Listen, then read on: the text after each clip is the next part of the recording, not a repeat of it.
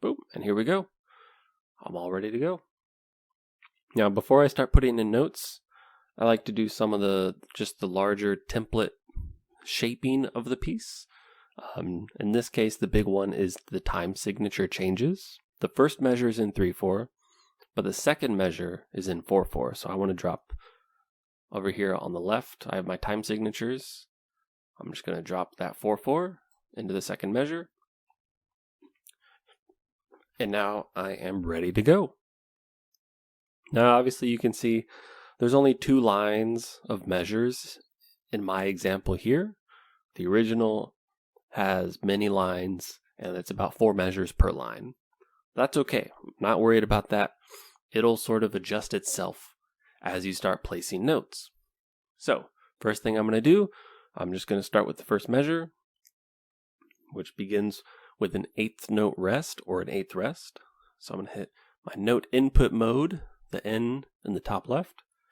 I'm going to click just right on that N. There's a drop down arrow next to it that'll give you some options. You don't need to be concerned with that.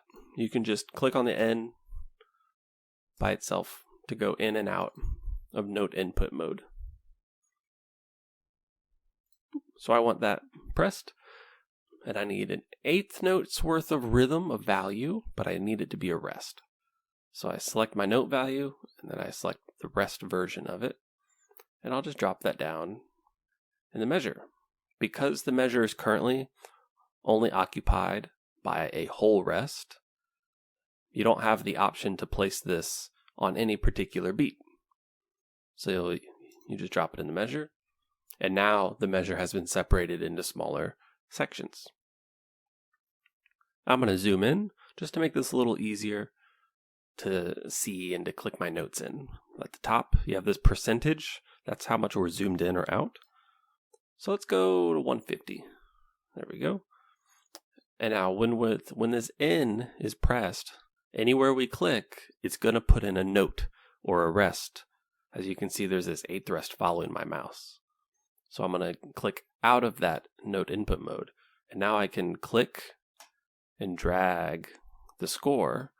You just hold the left mouse button, and that lets you move it around. So that when you zoom in and out, it's going to change where the score is. And this way, you can recenter it how you like. Okay, I'm going to go back into note input mode, click the N. My next notes for the first measure, those are all 8th notes. So you can place the 8th notes right on the notes that they're supposed to be on.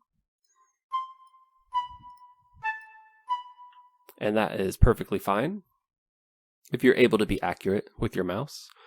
And I'm just going to undo this just for the sake of education. But if you don't want to have to be really precise with your mouse movements, you can just fill in the 8th notes, because I know that's the note that occupies the space in the first measure. And then if you want, you can click on a note and use the arrow keys on your keyboard to make it go up and down. And then you can put it where it needs to be. So you can click on them to highlight them, or you can just use your arrow keys to go left and right, and then up and down.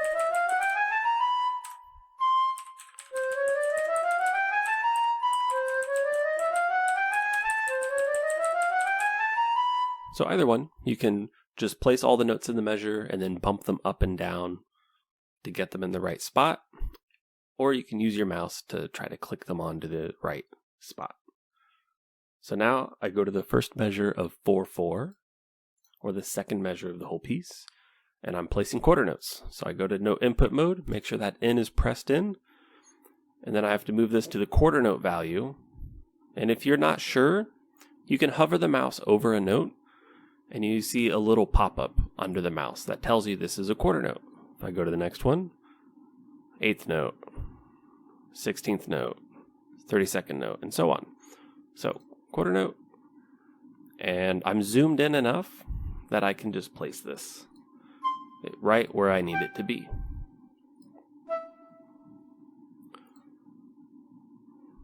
Switching to my 8th note.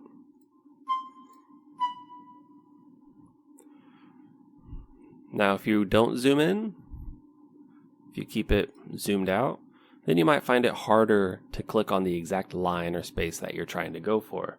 And that's when you might just place it anywhere and then use your arrow keys to get it in the right spot. And now, for this particular section where this bar line is, between the first 4/4 measure and the second 4/4 measure, or the second and third measures of the piece, in the original you see there's a line joining these two eighth notes. And well, how do we get that line? Well, I talked about this a little bit in class, but that line, we call it a tie. And that is up at the top, same place where you have the different notes you chose. You can find one that has two notes with a little curve connecting them. And it says tie if you hover over it. So how do I get this to connect these two notes? Well, you want to highlight the first note in the group that's getting tied. And you can either click on it, or you can use your arrow keys left and right. So I'm going to click on the first note, and then I'm just going to click on that tie button, and there it is. Now, as we're placing notes, the measure is automatically going to fill in the rest of its space with the appropriate duration of rests. So we placed an eighth note here. I'm going to zoom in just so we can see that a little better. We placed an eighth note on this first beat, and in the original, the next note is a quarter note. And you might be looking at this and saying like, oh no, there's an eighth rest here. That needs to be, that's not the right note value. That's okay. Don't worry about it. Just worry about the note you need to put next. And so the next note needs to be a quarter note. So I'm going to click my note input mode, and I'm going to click on the quarter note. Boom. And now here's something to be aware of, because now when we have multiple rests, multiple beats showing up, we can place a note over any of these values. In an empty measure, we can only place it in the one spot. We don't have any choices. But now I can place it over this half rest, I can place it over this quarter rest, and I can place it over this eighth rest. So you might accidentally, especially if you're zoomed out a little further, you might accidentally click this quarter note in there. And that's not what we want, because now we have an eighth rest in between our eighth note and our quarter note. So I'm just going to undo that. On a PC, it's going to be Control-Z. I believe on a Mac it is Command-Z, or you can go to Edit and you can press Undo. It'll also show you the shortcuts for whatever your keyboard layout is. But learning the Undo shortcut, it's generally a universal shortcut, and it'll be very helpful in the long run of any software you're using. So I'm going to place my quarter note here. Boop. And now I'm just going to go through and plop down my notes exactly as they look in the original.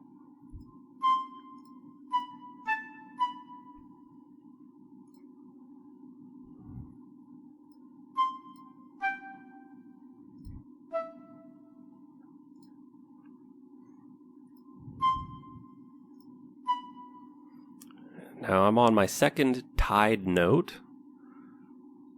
but you cannot place the tie unless you have both notes placed. So I have to place the next note, and then I can go back and put that tie on. There we go. Back into note input mode. And drop that down.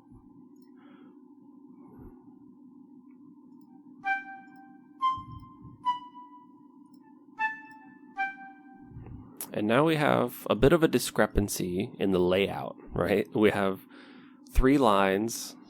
I have these 2 measures at the very end, and I have a lot of measures on my second line.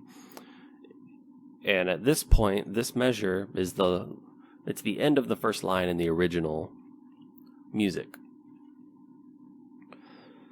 So just like if you're typing a paragraph in a document, if you press enter or return, that'll bump you down to the next line or the next space. And you can do that when you're making sheet music. So if you click in an empty space of a measure, you can highlight the whole measure. This can sometimes be tricky if you have a lot of notes in it, because then you might accidentally click on a note head or the beam. You can really click on any element in a measure, the flag, the stem, but we want to try to click on an empty spot so that it highlights the whole measure. But I'm going to do this for this measure, and then I'm going to hit enter or return. Boop. We get this little sign that just says what's going on here, that it's broken the line. So now this line ends in the same spot that the original does.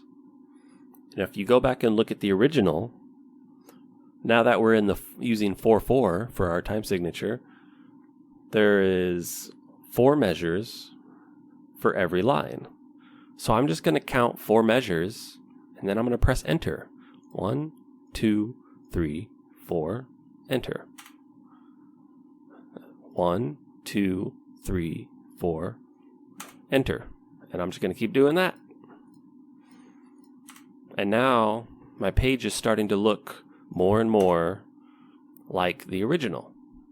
Now at the bottom here, these last 4 don't line up visually with the 4 above it, but that's okay. We're not going to mess with that just yet. So on the second line of music, the 6th measure has the little 6 above it. These little numbers on the left side of the lines, these are telling you what measure number this is. So it's a good way of checking your work with the original. But in the 6th measure, we have these beamed notes. They're 8th notes, but they have a little dot next to them. Now I'm just going to do the same thing that I've been doing. Hit my note input mode. I'm going to select 8th notes because that's what I want. And normally, if you just wanted to place an 8th note, that's all you'd need. And you can just click it in, but that's not exactly what we want right now. So I'm going to delete that. And if you wanted an 8th rest, you'd click on the rest, and then that would give you your 8th rest, right? I'm going to undo that, so we're back to the original thing. So you hit note input mode, you select your note value, in this case an 8th note, and then you have this little dot button. The software calls it an augmentation dot. We could just call it a dot. And I have that pressed in. So now you have your dot pressed in, your 8th note pressed in, and your note input mode. And now I can place that on my staff. And it's a dotted 8th note. And then the next note is also a dotted 8th note. The third one is just a normal 8th note. So you can click on the dot to activate it or deactivate it, but you could also just click on the note. So now I'm in dotted 8th note mode. If I just click on the 8th note, it gets rid of that dot.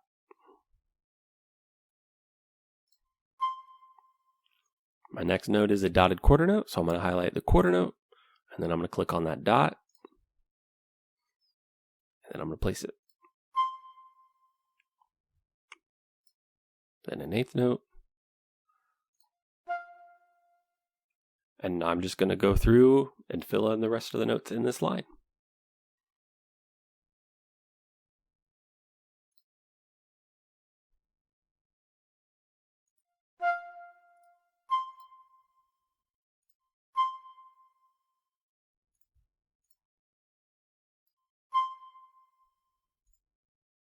Whoops, I clicked on this little tab up here. You got to watch out for these tabs. It'll store different projects. I'm just going to close out of this one. So there we go.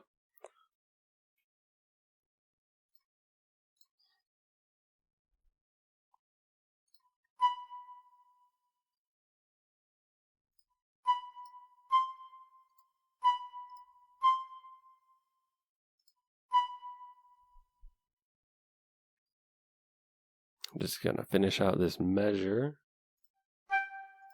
And then I'm going to go back and tie this together. Boop.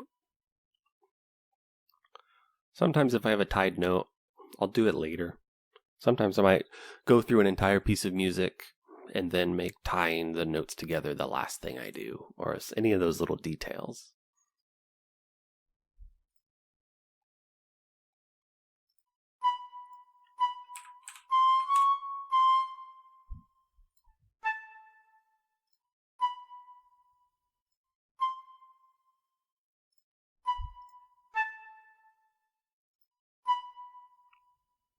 Boom.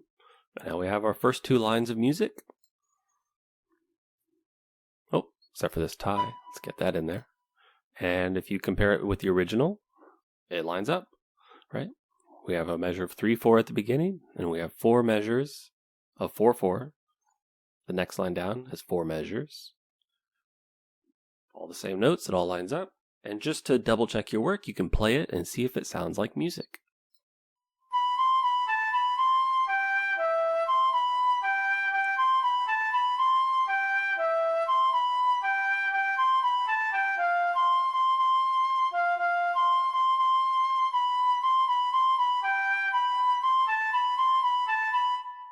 Yeah, sounds like music to me. Playing back is always good to double check your work, because even if you're not super familiar with music theory, your ears know when something sounds off. So if I take this note and I change it, maybe I put that little accidental on there. Let's see if we can tell if it's wrong.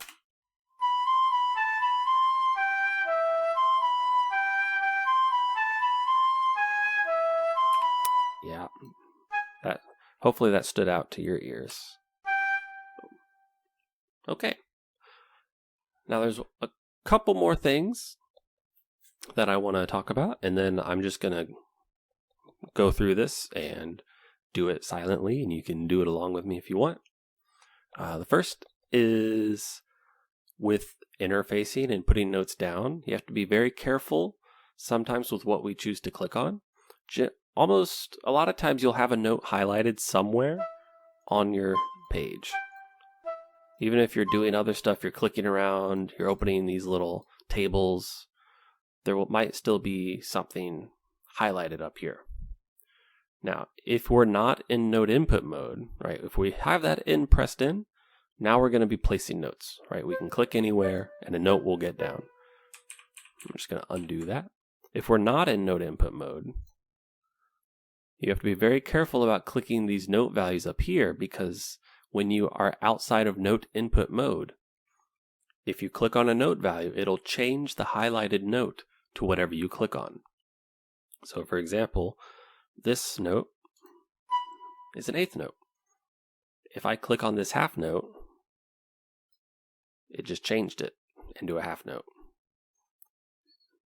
Maybe I was meaning to go into note input mode, but I accidentally chose my note value before I chose the note input mode, and it changed the note that it was on. So that can happen sometimes. If you realize you've clicked on something, maybe you didn't realize you had a note highlighted, and you're like, oh, I need to put in my notes, and you forget whether or not you're in note input mode, and you just click on a note and you go boop, and then you look down and something's different, something's gone wrong.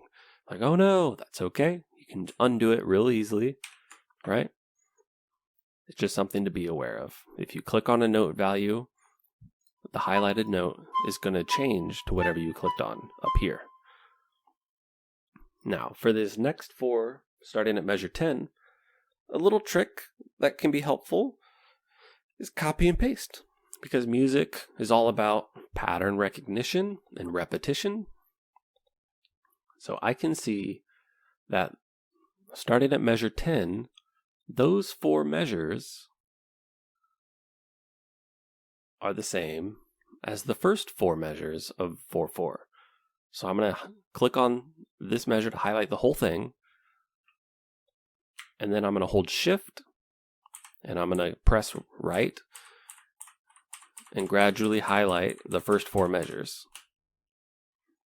And then I right click and I'm going to copy, or you can use the shortcut for it. Maybe that's Command C or Control C. And then I'm going to go to this measure 10, and I'm going to paste. Boom. And that's a whole nother set of 4 measures done. What about the next 4 measures? They kind of line up. Measures 6, 7, 8, and 9 almost line up with the 4 measures at measure 14. So I'm going to copy these, and then I'm going to paste. But there are some differences that need to be changed. So measure 14, that works. Next measure. Oh, we have a difference here. This quarter note is not dotted. So I'm just going to click quarter note because I'm not in note input mode. So if I just click on the quarter note, it's going to change this dotted quarter note. Boop. And that gets rid of that dot. And now I go into note input mode and I can place this eighth note. What about the next measure? Everything looks to be pretty good there. How about the final measure in that line? Now we have some changes. First note is correct. Second note's correct. Oh, this one needs to go up. This one needs to go up. This one needs to go down. This one needs to get turned into a quarter note. Again, I'm not in note input mode, so I can just click it and then click on the quarter note and it changes it for me. And then that quarter note is on that G. Bump this down to A. And even though there were some changes, I was still able to copy and paste the line from these four, and it mostly worked out. You can always make alterations. So if something's wrong, if a measure isn't an exact duplicate, that's okay. You might still be able to copy and paste it and just make some slight alterations to it. Okay, so that is line 14. And with all that, I'm just going to go through and I'm going to copy the rest of the music. And I will bring something up as I get to it, if there's anything of note.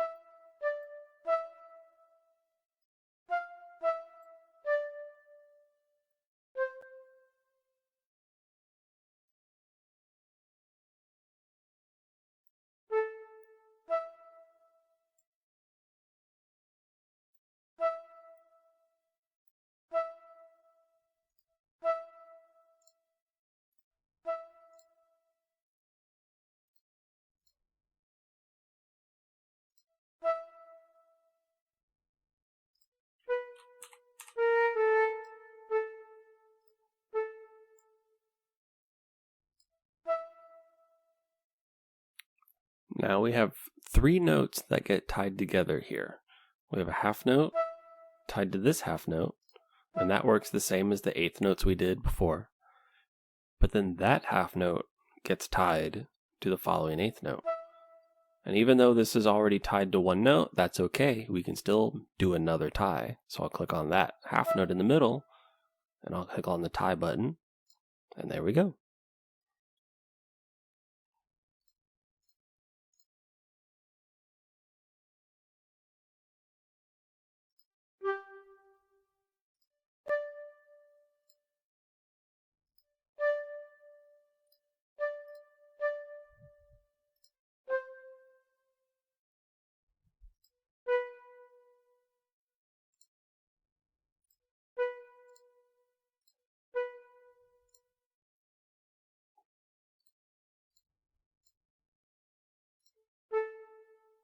Okay, now I have reached the end of the measures in my page of music. I'll zoom out so we can see that a little better. But this is not the end of the piece that we're copying from, the Señorita. We still have to go to measure 26. So I need to add more measures to this piece. Now you can add a couple measures at a time as you need, or you can count ahead and see how many you're going to use. I'm going to go ahead and count ahead. Looks like I need 16 measures. So then I'm going to go up to the top where it says Add, drop down to Measures, and now I have some options. You can insert measure or measures, or you can append measures. If you insert a measure, it'll put it wherever is currently highlighted. So if I click on this measure here, and then I insert a measure, it's going to drop it right before the highlighted area. Now that's not what I want. So I'm going to undo that. The other option is append. When you append something, you put it at the end of it. So if I append measures, that'll let me choose the number that I want. I'm going to do 16. That should be the right amount. And then OK, and it should drop them to the very end of the piece. Oh, and there we go. But now I have more measures crammed into single lines, so I'm going to go through again and hit enter every 4 measures.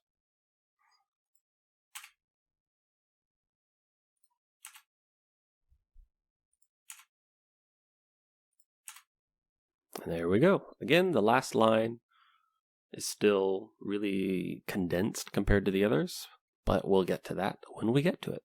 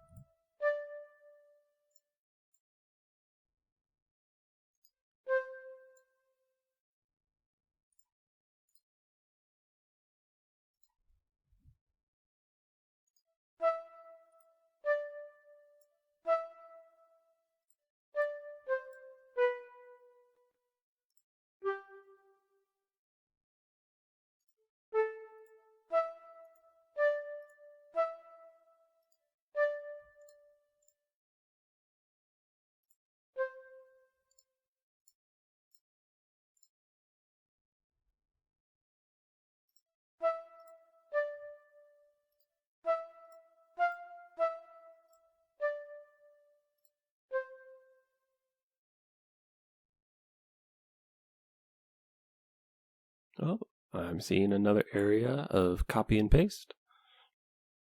It looks like measure 22 and measure 30 are pretty similar, along with the following measures. So I'm going to take these 4, copy, and paste down here, and then I'm going to go through and see that everything lines up correctly with the original. So measure 30, that works out.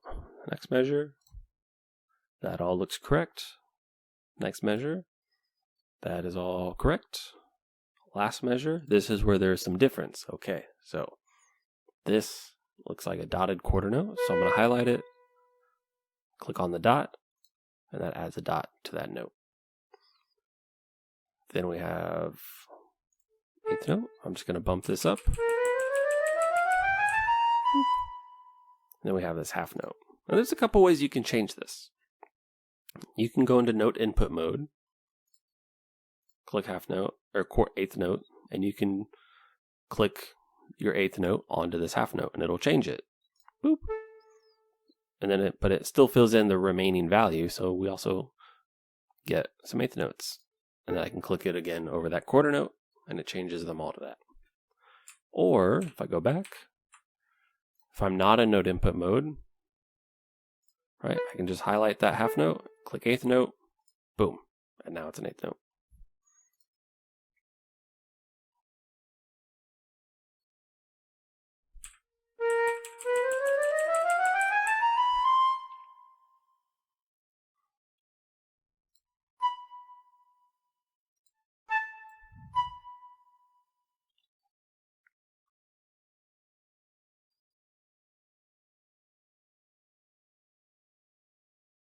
Well, looks like another area of copy and paste for this line at measure 34. looks like if you take measure 10 and its line of music, you can highlight all of it, copy it, go to 34, paste it, boop, and then I'll go through and just make sure everything that I pasted lines up with the original. So 34, that works out. Measure 35, that all looks correct. Measure 36, that all looks correct. 37, that looks good. All right, and then we just have this final line of music. Let's see. I'm going to zoom in just to make this a little easier on myself.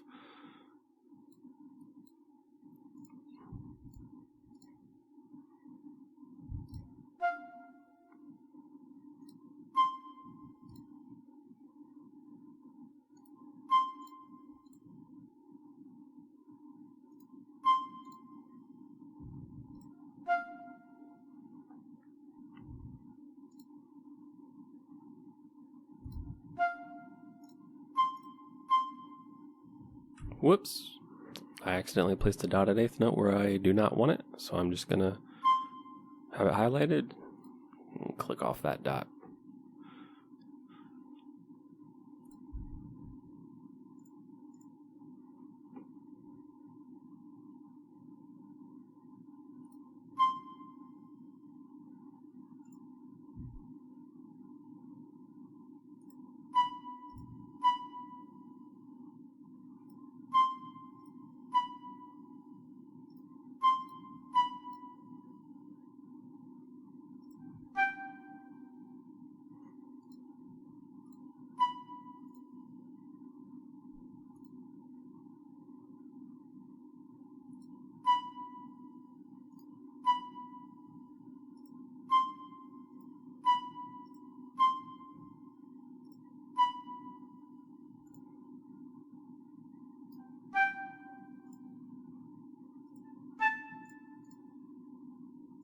And notice, as I filled out this last line, it has stretched the line, and now it's even with my other lines.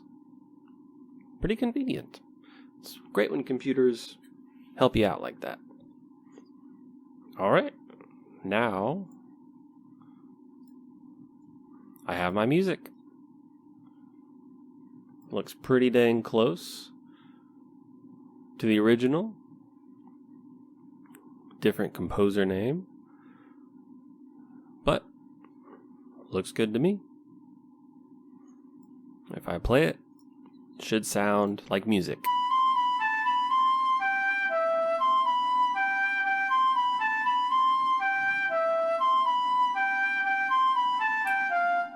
Right. Obviously you can play the whole thing, but in the interest of time, I'll leave it there. Hopefully that helps you out. You can pause it, stop it, slow it down, rewind it if you need to follow along or you didn't catch something I did. I hope that helps. Good day.